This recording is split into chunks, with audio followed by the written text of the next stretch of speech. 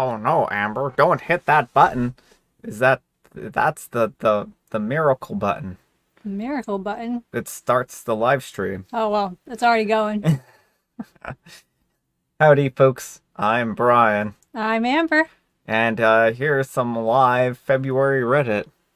I don't know, it says there is one person who is currently watching, and I'm assuming that that isn't a lie. But then there's another block that's like, there's 0 people watching, so I don't understand YouTube. There's probably just me that's watching it. We are watching our own live stream. And that's what's important. The important thing is... Oh, hey, there's someone. Hi there. Hi, Cat's Tiny. There's a little bit of a delay, so it's actually just a matter of weirdness delay on YouTube's part. So, welcome to the live stream. We're going to start getting going here.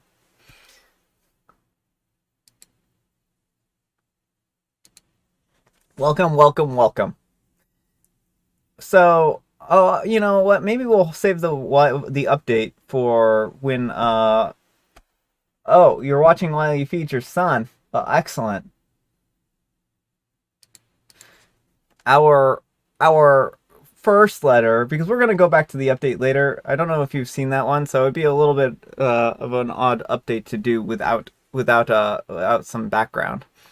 But our first letter is titled, "Am I a jerk for disclosing the real gender of my sister-in-law and brother's baby at their gender reveal? I've been receiving backlash from my entire family over this, and I want to know if I'm really in the wrong here. I'm a 23-year-old female, and I own a small bake shop in my city. Hi, Mary. Business is very good, and I have recently been having a lot of customers requesting items for their gender reveals. Cakes, cupcakes, cake pops, even chocolate-covered strawberries, etc. The customer will give me a piece of paper with the gender of the baby written on it from their doctor. I'll then apply whatever gender of the baby it is to their order. So, super simple. My older brother and sister-in-law are expecting their 4th child in a few months. They've already have 3 boys and have been hoping and praying to finally have a girl. So much to the point that they've been telling the entire family that they know this baby is going to be a girl, and they can feel it. They've already started decorating the nursery to cater to a baby girl, having already been buying and requesting that family members give them gifts for girls, baby girls' clothes and stuff like that. They already have a name picked out and everything. Apparently, their doctor also told them that there's a good chance that the baby is a girl, but not a 100% chance. Apparently, Amber's going to die on us. Oh no. I told you I thought I was turning into a zombie. They asked me to make something for their gender reveal, and I said, of course, as I've done their past 3 gender reveals for them, and they were all boys. Brother-in-law comes in to give me the paper with the gender. My staff and I get started on the order and open the note and reveal that it is a boy. Now immediately after seeing this note, I was thinking to myself, oh no, because I knew that they had already started preparing for a baby girl, and that the gender reveal was mainly going to be catered around the baby being a girl. Pink balloons, decorations, etc. But obviously, I was not about to tell them about this before the gender reveal because that would ruin it. So I just proceeded as normal and I finished the order. Day of the reveal arrives. They decided on a cake. They cut the cake and inside, of course, it was blue. Sister-in-law immediately starts crying. Everyone is just sitting there awkwardly. My brother calls me out in front of the entire family, questioning and saying surely this must be a mistake. I confirm to them that this is indeed their cake. Sister-in-law starts screaming at me that I embarrassed them in front of the entire family by not giving them a heads up about the gender. I asked her, isn't that the whole point of a gender reveal? Why would I disclose the gender to you and ruin the day? I told both of them that I'm not the one who decided the gender of the baby, so I'm not sure why they're attacking me, and it's not my fault that they did so much pre-planning that it would be a girl. Sister-in-law told me to be quiet and started calling me nasty names. I called her and my brother delusional. I called her and my brother delusional. Since the baby shower, they have been contacting me nonstop for money back. My sister-in-law's family hates me, and my family is trying to stay neutral but thinks that I should have given them a heads up. All right, folks, what do you think? Jerk or not the jerk? I do not think Opie's the jerk here because they were in a lose-lose situation. You tell someone in advance and you ruin the gender reveal. But then you wait and, it just, there's no way to win. And so I think maybe the best course of action is don't bake any more cakes for gender reveals for these people, because it's like, if you have a set gender in mind that you're hoping for, maybe don't have a gender reveal. Like, if you know you're not going to be happy with any outcome, which you should be. I mean, a healthy baby is the ideal. But if you know that that's not going to be the case, do not have a gender reveal. That's my thoughts there. I mean, it's one of those things where you don't plan ahead for a gender. And the doctor telling them that there's a good chance, I'm wondering if it was something like, he said, well, there's over a 50% chance or something like that, right? But if they said that, then that was kind of irresponsible. Welcome, Gray. Also, let's see what some of the folks have to say here. Mary says, short of magically turning the baby into a girl, OP was in a no-win situation. Oh, and she also says that Cat's Tiny says poor OP, no way to win. Exactly, it was no win, and Mary could smell a tragedy a mile away. And Gray's like, I'm not sure that the family would have responded much better if they had been given a heads up. And I think that's actually a really good point, because like they were just bent on having a baby girl. I don't even know if they would have believed OP. So yeah, I mean, this is one of those situations where there's just no winning. Yeah. Well, I mean, the thing is, actually, believe it or not, there's close to a 50% chance, but it's actually like a 51-49% chance in favor of girls. So you're more likely, very, very, very slightly more likely to have a girl than a boy. Yeah, don't kill the messenger. Oh, and June's arrived. Welcome, June. So I think that's really, everyone's kind of in agreement here. OP's not in the wrong here. Everyone here is just acting ridiculous because they are just expecting. They staked their hopes on something really silly. Like, I mean, maybe they will have a girl yet, because gender is kind of arbitrary, and who knows what these children will be when they grow up. Yeah. So I did want to read this one, and I'm not sure how many people remember this one, and you might be lost. So I'll give this a little bit of a heads up. Back a while ago, this one was, am I the jerk for kicking my boyfriend's girlfriend, best girlfriend, out of my Halloween party because of her costume? And basically, I'll give you the rundown here. What happened with this one is that OP and her boyfriend wore Peter and the pumpkin eater costume. Like, he was a Peter pumpkin eater, and she wore a pumpkin. And so there were some connotations there, right? And his best friend, who's a girl, also showed up in a pumpkin costume, right? And apparently this caused some drama at the party, if you would believe that. And here's an update to that. It's been a long time in coming, and I was really happy to see a update pop up here.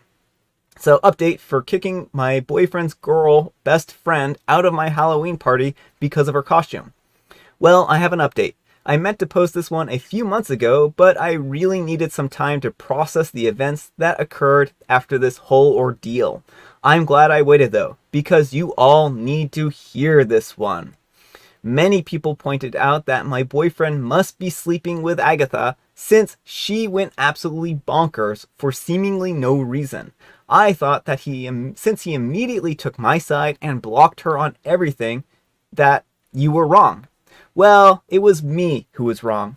It turns out that Agatha and my boyfriend have been sleeping together for months, and they were just really good at hiding it until she decided that she didn't want to be his mistress anymore. I found this out when I was at his house hanging out in his room. He was showering after a workout, and I heard this vibrating noise. He had taken his phone, and mine was right next to me, so I couldn't figure out whatever it was. So I opened his bedside table drawer and found a second phone. My gut told me that something wasn't right. Why would he have a second phone? It didn't take me long to guess his password, 1234, really, and my fears were confirmed. There was a missed call from Agatha. I looked through the messages and I found out the truth. Not only had they been sleeping together, she recently found out that she was pregnant. This was the reason that she pulled the stunt on Halloween. She was trying to force his hand. I also saw that he had messaged other girls as well. I was completely devastated. After a shower, he found me grabbing all of my belongings and putting them in my bag. He asked me why I was leaving, and I told him because we were finished. I threw his phone on the bed, and he looked like he was going to vomit. He started pleading with me to hear him out, but I didn't want to hear him out. He could have had all of those other girls. I didn't want him anymore.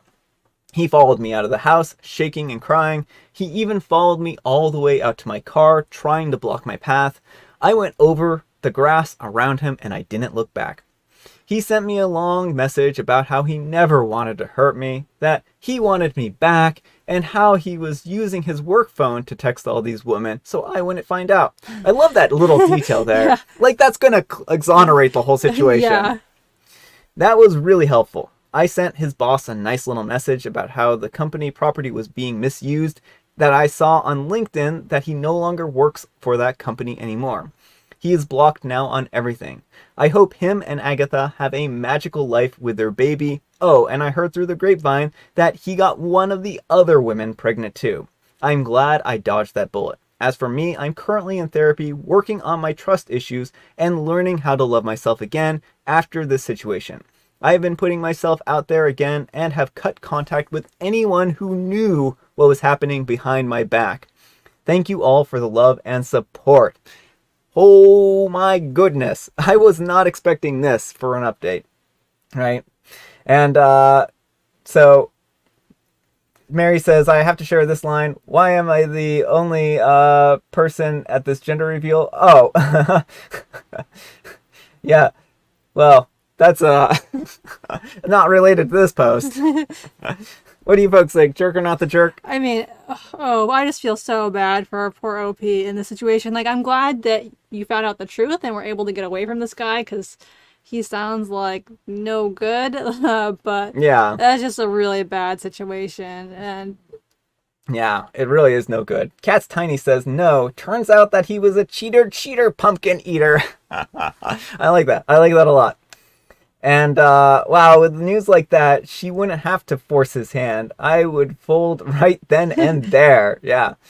A known cheater and add a baby from another woman. Who wouldn't want this prize back? I don't know. Like, why are people throwing this guy? I don't know why so many people are throwing themselves at him. because they don't know. He's apparently very good at hiding that he's not the only, they're not the only one. Yeah, apparently.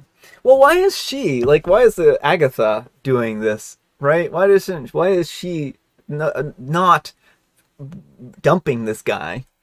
It just doesn't make any sense to me. Poor OP, but I'm glad that they seem to be on the right track with helping themselves, and that was great. Yeah. And, yeah, I think everyone says that they're not the jerk here. So that one, hopefully you enjoyed that one. I enjoyed it a lot when I read it last night. I was like, oh my goodness. So, yeah, I just couldn't believe it. So let's move along to the next one. And I think that you folks will like this one pretty well. I think you'll like all of them. I mean, I wouldn't have picked them out if I thought you were going to dislike them. Let's put it that way. Our next letter is titled, Am I a Jerk for Not Photographing a Wedding That I Didn't Know About? My sister announced that she was throwing herself a surprise party, and she talked about it for months. I've never been invited to her house before, and honestly, I was a little sour about it given how close we've always been. My mom asked if I would take some pictures since I'm a photographer. My mom nagged me for a couple of months because everyone was going to be there. I won't go into the details, but the day before, I wound up in the emergency room.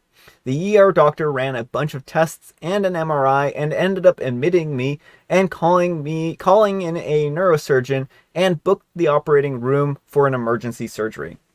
It was in the morning of my sister's birthday, and my mom texted me to tell. Oh, and I texted my mom to tell her that I couldn't be there and explained why, and she was mad.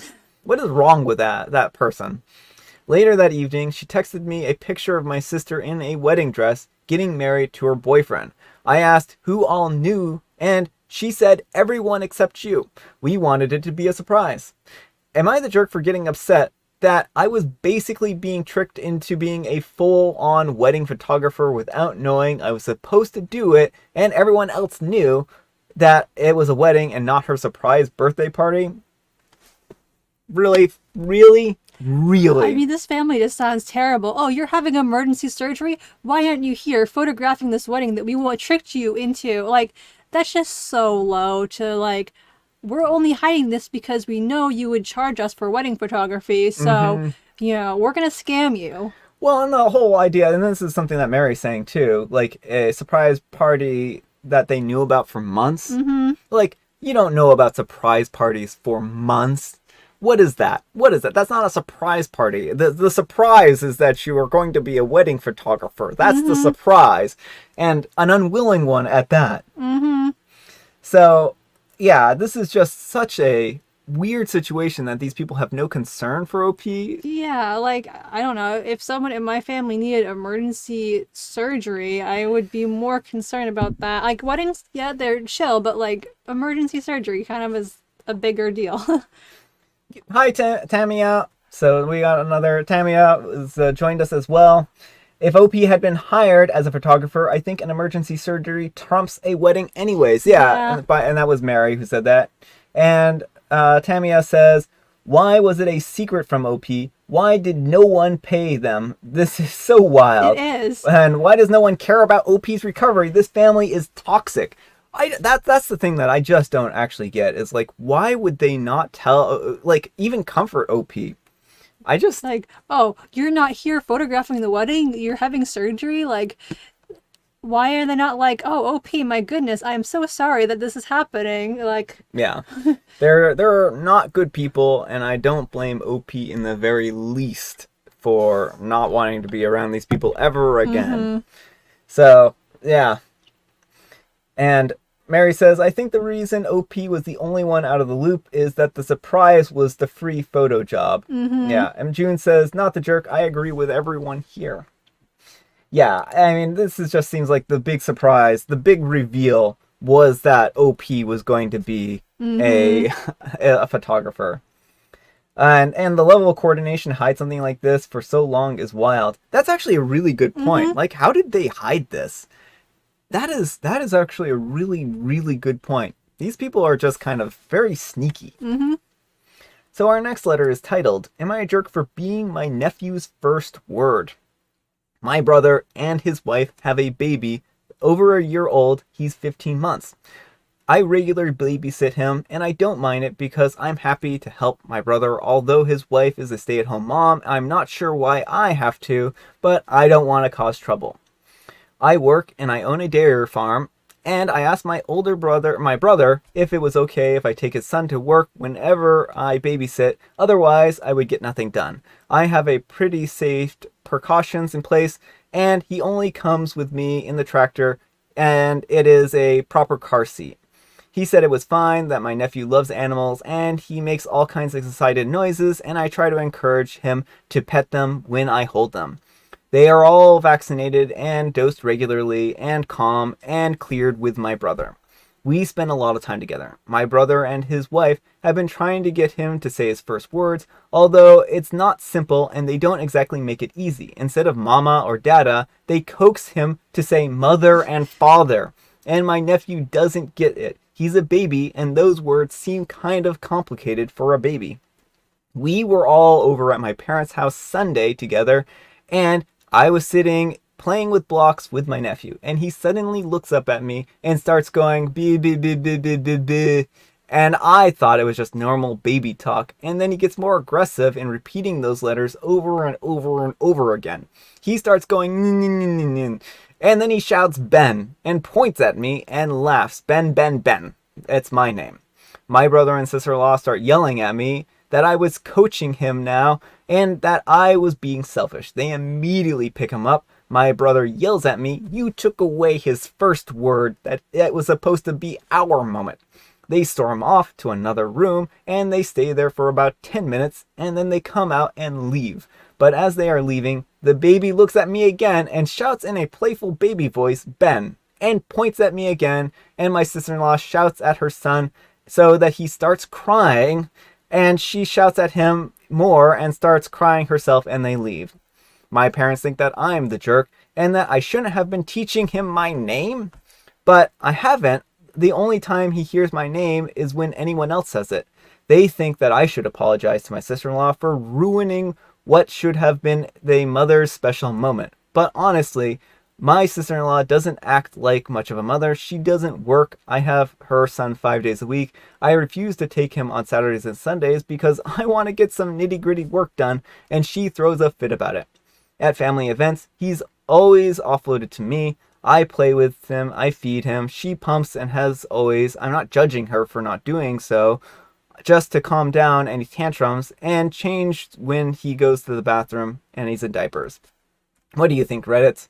And edit the argument that the sister-in-law with her brother went something like this. I'm not going to read over that. And I've taken your advice on board, and I'm going to take action tomorrow. I'll post an update sometime next week. And I guess we haven't seen an update for that one. So, what do you folks think? Jerk or not the jerk? Not the jerk. Like, babies will say whatever first words they want to say. And also, if you want to be your baby's first words, like, maybe try being the one who's being the primary person interacting with them. Like, it sounds like OP's doing a lot of the parenting duties. Yeah. And sister-in-law and brother just want to be there for the fun parts of parenting. Like, they want all the glory. They don't want to actually take care of the kid. And it's like, that's not what parenting is. That's not parenting? Believe it or not. Judging from so many of these posts, I would assume that's what parenting is. I think that I've got the gist of it. It's offloading your child onto somebody else.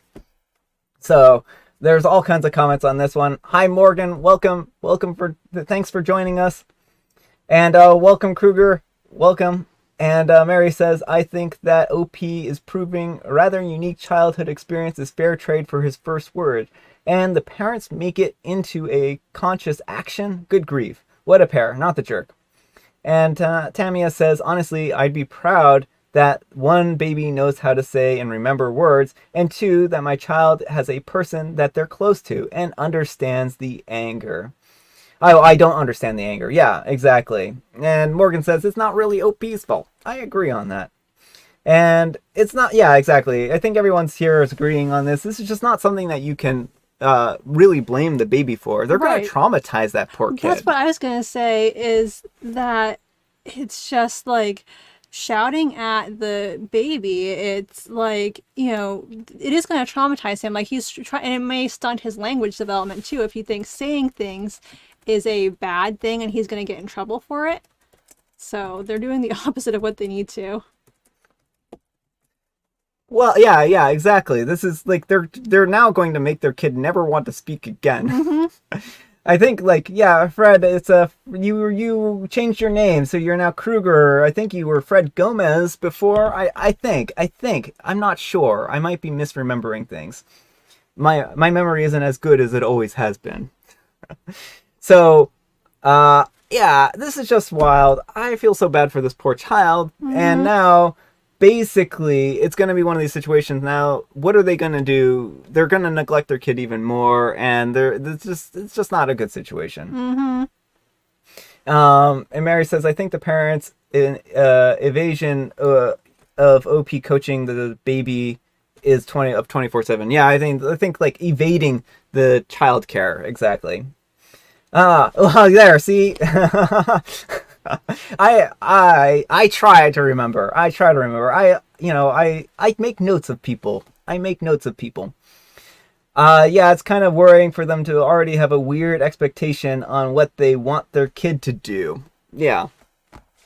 I agree. Just so worrying, so disturbing. Mm-hmm. This poor kid is going to be traumatized for life. Speaking of traumatized for life, am I the jerk for telling my daughter and her fiance that I'm not helping them pay for their wedding if clothing is optional? And yes, you heard that right. Clothing optional wedding. That's why I said traumatizing. My daughter, 27, recently got engaged to her fiance, same age, and they've been together since they started college, and he's genuinely a great guy, and we consider each other friends. The wedding is planned for September, and since they want to go low budget, I offer to cover it.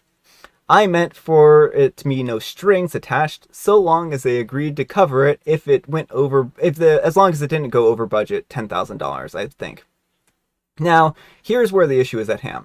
My daughter and her fiance have a few friends you might call hippie-ish.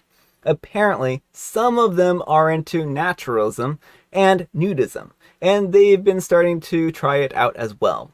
A couple that they know actually had a full-on nudist, no clothes allowed wedding, and they actually want and enjoyed it. Or actually went and enjoyed it. Or so I'm told.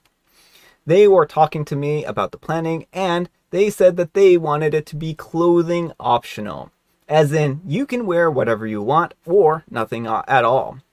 I guess a few of their friends probably would be naked. Moreover, they themselves want to be naked for the actual ceremony.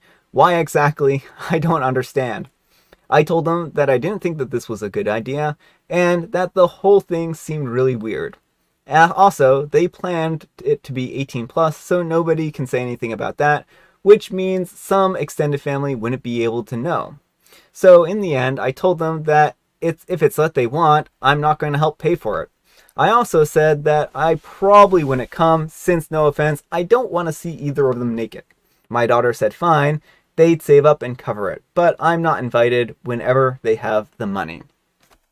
Alright folks, what do you think? Jerk or not the jerk? I'm gonna go with not the jerk here. Generally, I think if you give money for a wedding, no strings attached, like, you should go through with it, but like, this seems like one of those exceptional cases where it's like if one of my family members decided to have a wedding in the nude, I'm just not gonna be there. I am RSVPing no and running the other direction.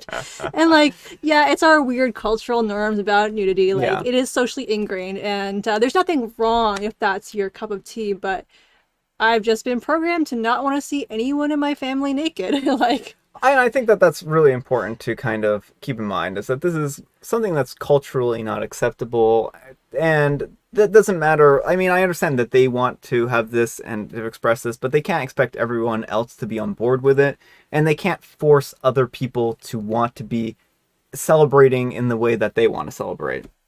And it's difficult because they should be able to have the wedding that they want. And I'm not saying that they shouldn't. This is certainly something that they should be able to decide if they want to, but they also can't expect people to be like, oh, I'm signing up for this. well, I feel like this is one of the situations where if I was the couple in question, I would have the wedding that OP paid for, and also have a separate nudist ceremony with my nudist friends. Like, Yeah, they I think could. that's fair. I think that's very fair. I mean, it's going to be a lot cheaper because it's going to be bare bones. Um, yeah, we'll see what some of the other people here have to say. And let's see. OP should pay for the wedding dress. So that's a good point, Mary. OP should pay for the wedding dress. And Cat's Tiny says, nudist wedding, huh? Yeah, I know. Then we get, well, the bridesmaids wouldn't have to spend money on dresses from June, which I appreciate that. I appreciate that comment a lot. And Mary says, not the jerk, I'd get tired of avoiding the phrases, good to see you. And Tamia says, not the jerk, in my opinion. He's allowed to not want to spend money on the wedding, and should have their wedding should have a nudist wedding if they want one, and with the daughter saying that she'll pay for it and not demanding. Yeah, I mean, that's a fair point. Like, I don't think that that the daughter and son-in-law to be are in the wrong for wanting to have their wedding their way. So yeah, it's not really. But I just don't think OP's in the wrong for pulling their funding. Yeah, it's difficult. It really is.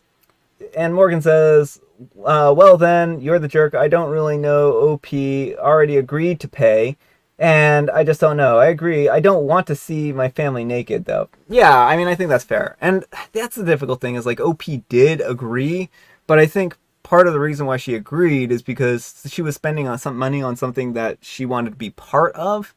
and she's not going to be able to participate in this wedding. I don't think that she should be holding this over her head. So I do actually think that's a really good point that Morgan brings up. Well, I think the best course of action is just don't accept money from your family for weddings because there will be conditions, even if it is no strings attached.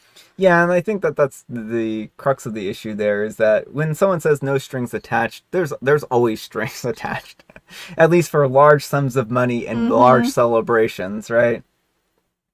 And Gray says, not sure that there are any actual jerks here, to be honest. Daughter can ask, OP can refuse. Uninviting them does seem a bit weird and possibly vindictive and meant to hurt, though. Yeah, I mean, it does seem like that. And it's a hard situation, right? Hard. Sometimes there aren't easy, clean-cut solutions to the world. But speaking of easy, clean-cut solutions... Am I the jerk for not letting my niece drive my car? My brother and his wife recently went on a trip for their anniversary. While they were gone, their daughter, Sam, a 17-year-old female, stayed at my house. Sam does not have a driver's license. This is supposedly because she's scared of driving. I'll preface what I am about to say with, I don't know this for sure, but I don't think that she has ever really been scared of driving. I think that she never got her license because she knows if she did, her parents would have her driving an old minivan. I say this because whenever I was around, she always showed an interest in driving my car, which is a Mercedes. Every time she brought it up, my answer would be that I would let her drive if we were ever going down an empty road. Now, whenever I said this, I did mean it. But if I'm being honest, I never thought that it would ever happen because I'm rarely in that kind of situation where I'm driving and she's in the car. Well, she was at my house for 2 weeks. Near the end, I got a call from a friend who needed me to drive him somewhere. This was pretty late night, and she woke up when she heard me getting ready to leave. She wanted to come with me, and I didn't think anything of it. On the way back home, she asked if she could drive. I was hesitant because it was dark out and deer frequently jump in the road, seemingly out of nowhere. She reminded me of my promise, so I pulled over and I let her drive. Things are going well until we get to a deer standing in the middle of the road. I tell her to hit the brakes, and instead she eases on it. The deer apparently went to the Prometheus school of running away from things because it just started going straight down the road. I had to have been yelling brake by now, but she ended up hitting the deer around 20 miles per hour. I get out and I look at the car, there's no damage, and the deer got up and ran away, so it was fine. After that, I told her to get out and I finished driving back. She wanted to keep driving, and I could tell that she was sad when she got out. The next day, I got a call from her mom, and she was mad at me for not letting her drive. When they got back from their trip, my brother told me that I should have just let her drive the rest of the way back because I know how she feels about driving. My sister-in-law has been bringing this up every chance she gets. She didn't like me before this, so I don't think much of it at first, but now I need some outside opinions on if I'm really have made the wrong move. And didn't think to say this at first, but Sam does have a learner's permit, so that she wasn't driving illegally. All right, what do you folks think? Jerk or not the jerk? What is wrong with people that they want their daughter who just hit a deer to keep driving? Like, you're well within your right not to have her driving your car because it's your car, but like, especially after she hit the deer, like, it would be irresponsible to let her keep going. Like, she's clearly not able to drive at this point. Yeah. So, yeah, June says never let anyone drive your car, which, I think that's a pretty good policy in general.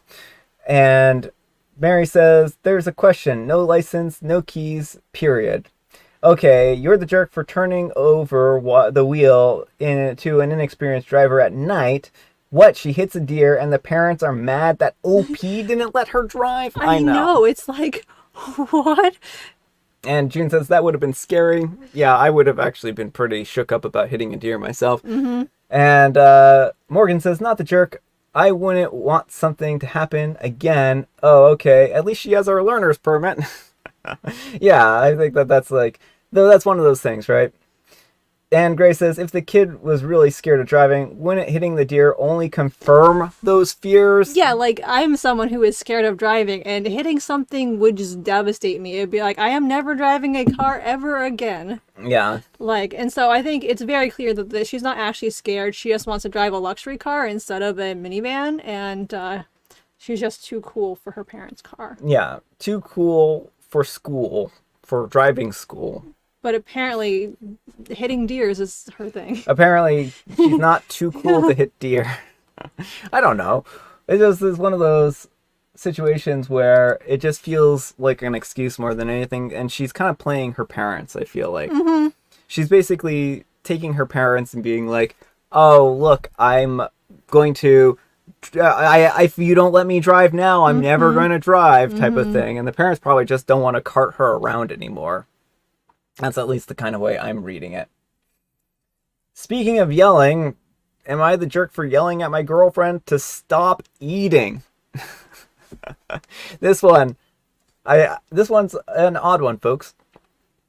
I'm a 26-year-old male, and my sister, a 23-year-old female, runs a bakery business, and she's been struggling lately to keep up with orders because she's been short-staffed. She does a lot of orders for wedding cakes that require custard or marmalade fillings. I offered to help her out by making these fillings at home and bringing them to her so she has less work to do.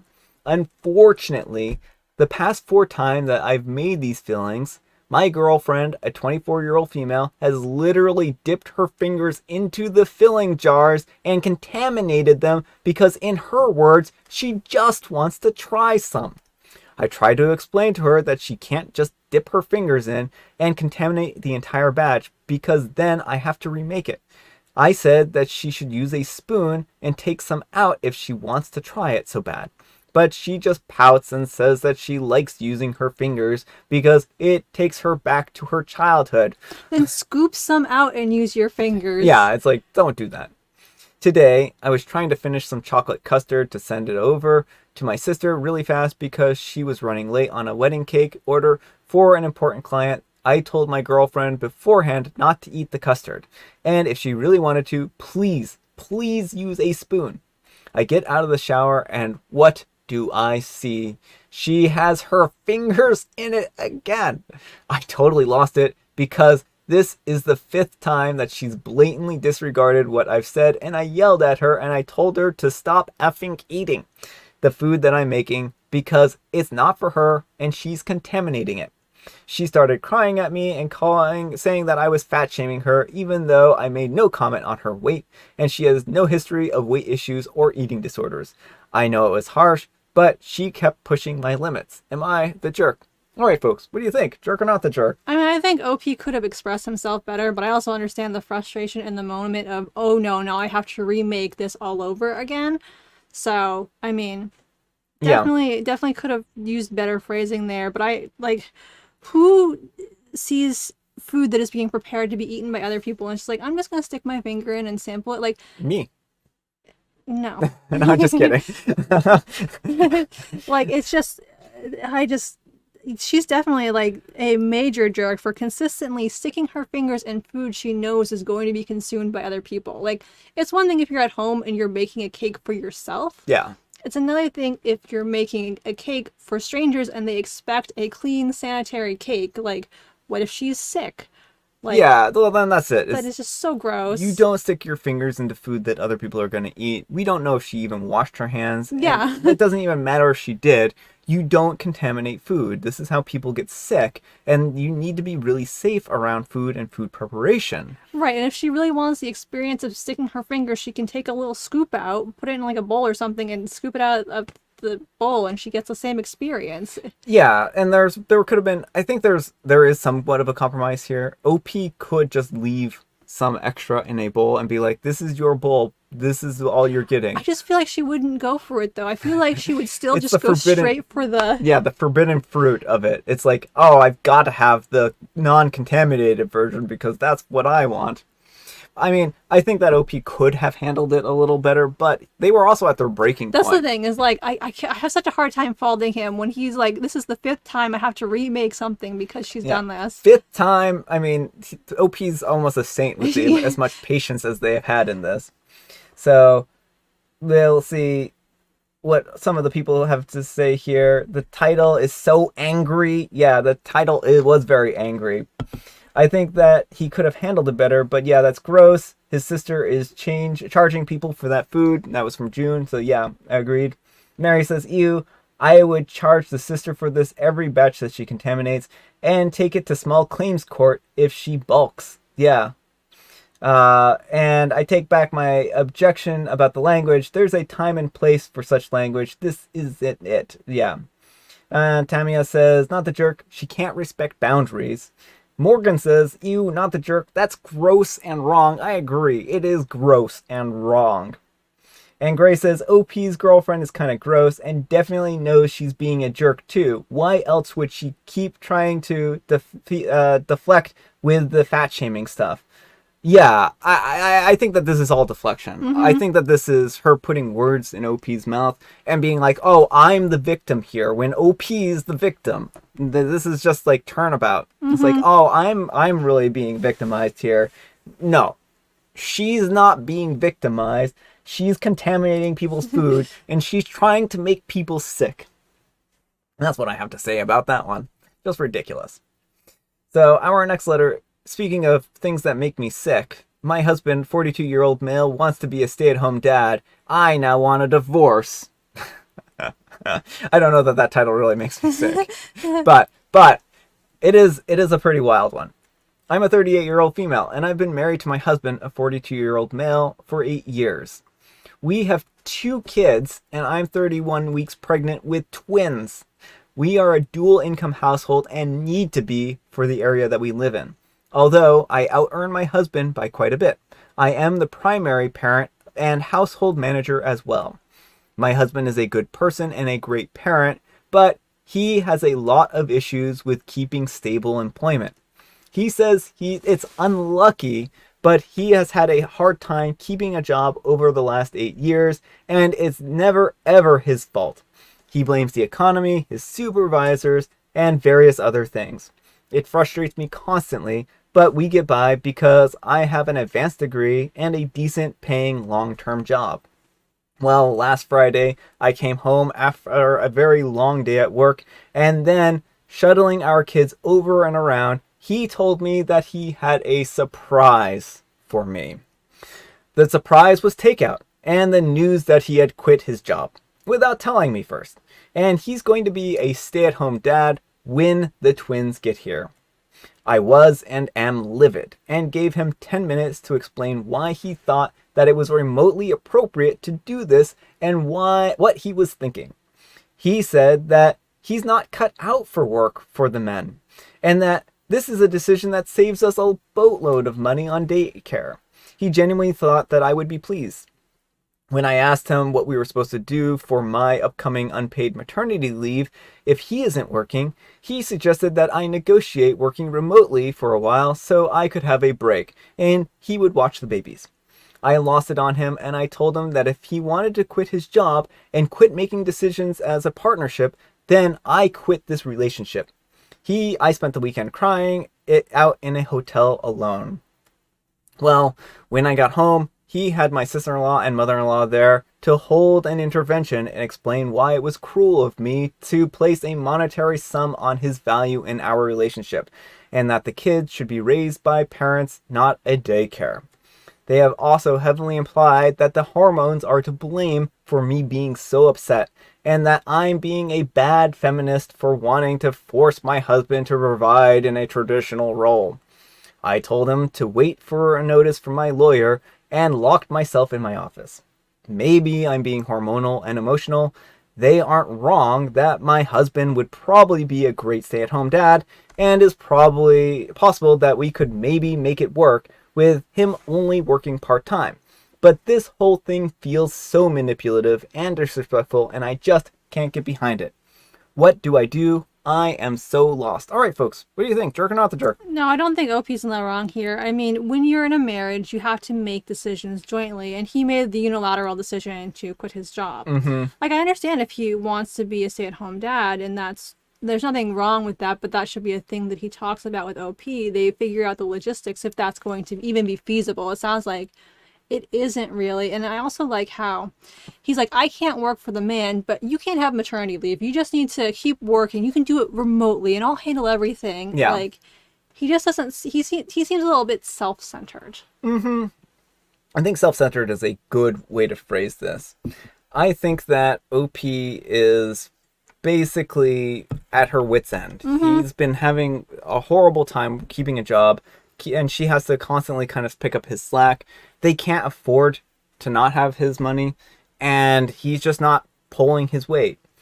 Then being a family unit does require joint decisions. So it's pretty unfortunate that he doesn't want to make decisions as a family. And then he's getting his mom and sister to like gang up on OP. That also doesn't feel good to me. And like they're trying to blame it on her hormones, which also doesn't feel very good. Like it does feel very manipulative. I'm not surprised OP feels manipulated by it. Mm-hmm. So. Oh yeah, not in the least. I don't feel that OP. This is just them trying to manipulate her and gaslight her into being like, you're being unreasonable and hormonal. Well, and I know OP says she thinks he'd be a great stay-at-home dad, and maybe he would be, but the fact that OP's doing majority childcare right now also does not give me warm fuzzies. Oh yeah, I mean that's actually a really good point. So this seems like a trap, OP, a trap. And June says she needs to really think about staying with this man. Yeah. And Mary says, I have a surprise, more like a low blow. Mm-hmm. And Morgan says, not the jerk, I agree. This should have been a conversation beforehand. Yeah. And Mary says, not the jerk, does husband really realize that in a divorce, he would be probably end up paying child support? Doesn't sound like he's equipped to wrangle 2 toddlers and 2 newborns, so he'll have to work. Yeah. I just think that this is very short-sighted on his part. And let's skip over to tea time. So it's tea time, everybody. Tea time, because my voice is starting to go a little bit. So grab your beverages of choice. I've got some tea right here, and Amber, she's got our jokes. Let's see. We won't quote that one. It's morbid. Now, apparently we have a morbid joke in the book. Yes. What do lawyers wear to court? Well, everyone likes my stories, and so I have a story about what lawyers wear to court, right? They wear suits. What else would they wear? Lawsuits. They wear lawsuits? Yes. June is saying mystery tea. And Tamia has matcha latte. And Mary says tea time is my favorite part of the day. Everyone's coming out with their tea guesses. Fanta. People want the morbid joke, Amber. People want your morbid joke. All right. Why is there a gate around cemeteries? Why is there a gate around cemeteries? Well, I can tell you why there's a gate around cemeteries. Because there are ghosts in cemeteries. And if you do not put iron and steel around a cemetery like that, then the ghosts can get out. So, witches, if you put iron around witches, it binds their magic. And so that's why it's important to shackle witches. Right, Amber? No. And much in the same way, if you bind the cemetery with a steel gate, then that means that the ghosts can't get out. And you don't want the ghosts getting out because those are your relatives sometimes. And we know we don't want to be haunted by relatives.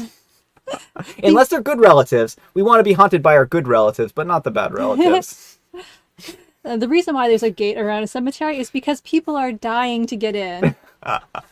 And I thought they were dying to get out. I mean... Ooh, and I have news. Oh, Amber does have news. So I'm a horror writer, for those of you who don't know, and I recently submitted a short story called The Sleepover to the Reader Beware anthology, which is a Fear Street anthology, and it has been accepted. So just wanted to share that with you all. Yeah, so congratulations to Amber. Bye, June. Bye. Apparently, June's taking off. And so we got all kinds of comments here. So we got coffee in Nevada. We've got half tea. We've got Fantas. Some people are guessing Mega Mint and let's see, spicy tea. And any other guesses? Any other guesses? And I did not know about Iron Around Witches. Good fact. I don't know if that's true. I think it's true, but I'm not sure. I know that it's supposed to bind spirits. Maybe it's supposed to just bind spirits. And I have Earl Grey. And everyone's saying congratulations to Amber. Thank you. So, yeah, congratulations. That's awesome. That's such a good news. It's really great. I was very proud that she was able to get that published in the anthology. Too bad I don't have the screenshot of that actually to pop up here. Getting all kinds of congratulations. So congratulations. All right. So we have probably enough time for what was the last one that we were going to have today? We're going to do the vegan one or the other one. Let's see. Which ones were those? There's that one and that one. So these two? No, that one. And then this one? Yeah. After they made my brother live there? Yeah, you folks can't see me flipping around here, so let me actually go ahead and go over to this right here. By the power of editing, live editing. So, let's see. Oh, they're typically iron is for fae and fairies. I knew there was some kind of mysticism around it. Yeah, well, I read a book. It's a horror romance. I forget what it's called, but there's a whole series of them, 4 books, and they were using the iron to bind ghosts. So I don't know if that's general, you can use it, but it was something I read in a book, so it has to be true, right? Yeah. So is this the one we wanted to do? We have enough time for a couple ones here, so... Yeah, let's do this one. Sounds good. We'll do this one real quick. Am I the jerk for telling my cousin that she shouldn't make all of her characters vegan just because she is? My cousin is a 17-year-old female, and I'm a 24-year-old male, and we're both writers. About a week ago, she was telling me about one of her novels that she was working on, and asked if I could read the first few chapters and give some feedback on it. I agreed, and she sent me them. It was fine for the first draft. It had a few mistakes here and there, and some parts of the whole story were lulled a little bit, but those can all be fixed. The main issue I had was that every character in the book was vegan. It's not explicitly stated in the text, but it's heavily implied. At one point in the story, the character is ordering food, and there's only vegan options. Another adds oat milk to his coffee. And earlier on, someone has scrambled the tofu breakfast. Granted, it's a small part of what she's written, and she doesn't linger on the food too much, so it doesn't really seem like it's a focal point of the story, but it's noticeable. When I gave her feedback, I ended it with mentioning how it was unrealistic for everyone in a book to be vegans. She said okay and thanked me for the feedback, and that was the end of it. I want to stop right here for a second. Does this person not read books? I know that they write, but I want to stop there for a second. People cast magic in books. Does this person know that magic isn't real? I want to know that. Clearly it is. Dragons, everyone has a pet dragon. Mm-hmm. So, I talked to her the other day before and asked her, out of curiosity, which character she was planning on changing from vegan to meat eater, and she said none. When I asked her why, she said that she didn't want to write people who ate meat. And when I pressed, she kept dancing around the question until I told her that if she asked for feedback, so why would she not take any of my advice? She told me that she appreciated my feedback, and she took some of it. She claims to have made some of the revisions and cut out some of the scenes, but her characters being vegan wasn't something that she was going to change. That she didn't agree with it morally, and that she wasn't going to write it as a norm, much less have the protagonist eat it. After that, she said that I reminded her that not everyone in the real world was vegan, and making all of her characters be vegan was going to alienate potential readers and make some of them uncomfortable. At this point, she started getting defensive and asked if them being vegan made me uncomfortable.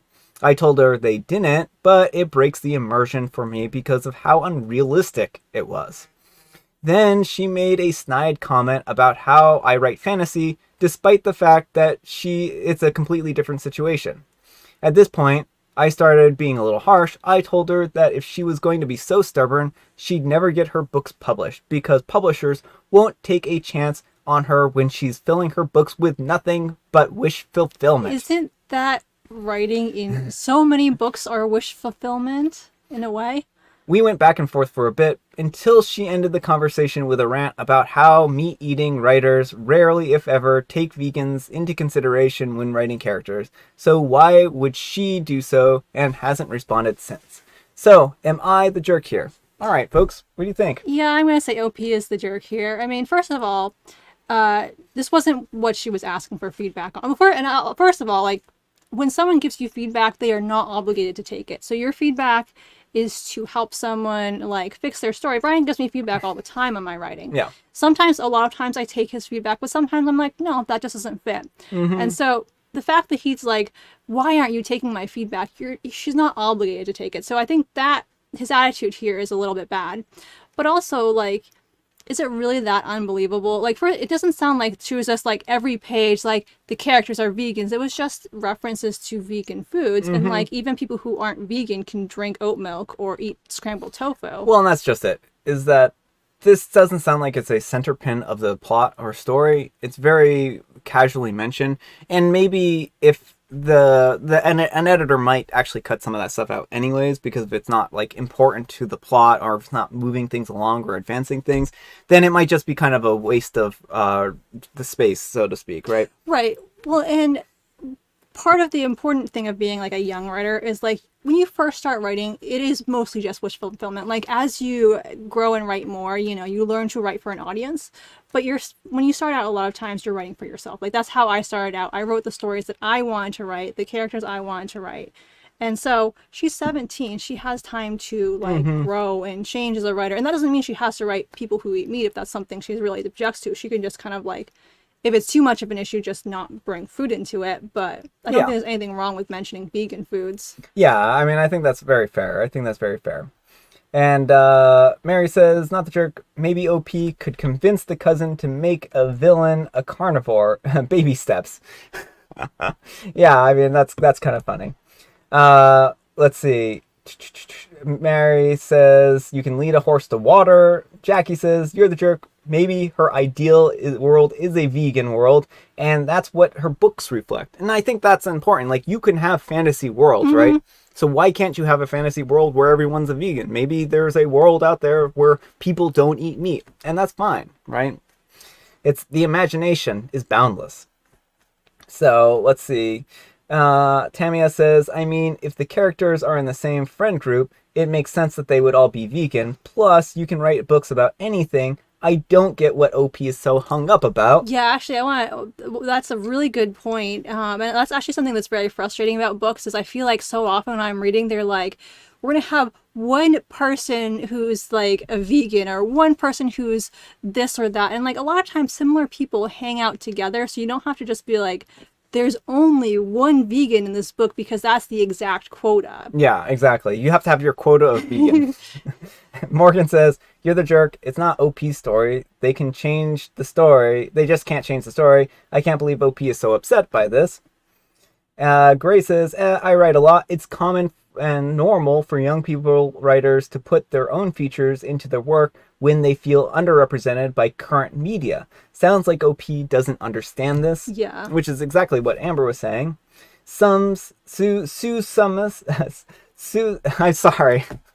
Apparently, I'm sorry. I don't know how to say your name, and apparently I'm very bad right now. Just saying that might not be the thing to make it all characters may not be bad thing, but the way he said it and pushing 17-year-old is wrong. I agree, it is wrong. And Jackie says, if that's the only criticism of her book, then that's pretty good. I mean, that is true, right? And how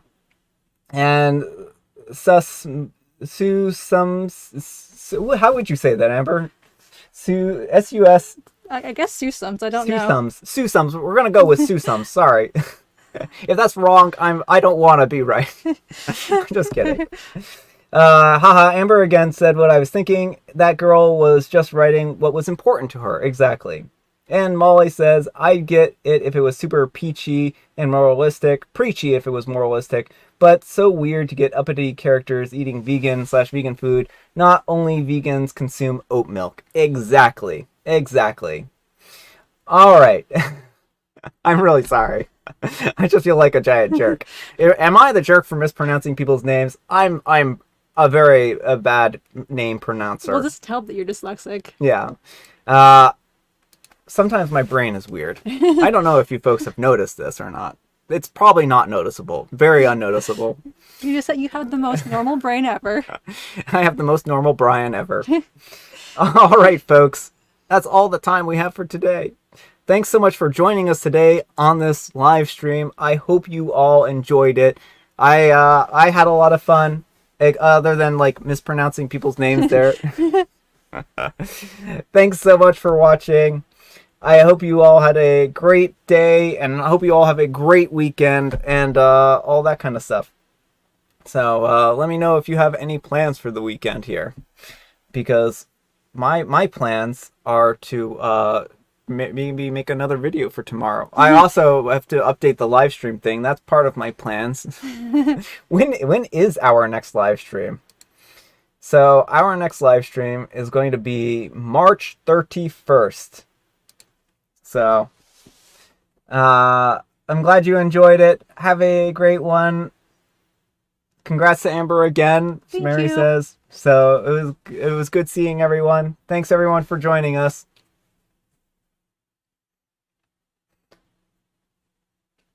All right, and I'm just gonna stop being awkward at this point in time. I'm gonna stop the stream here.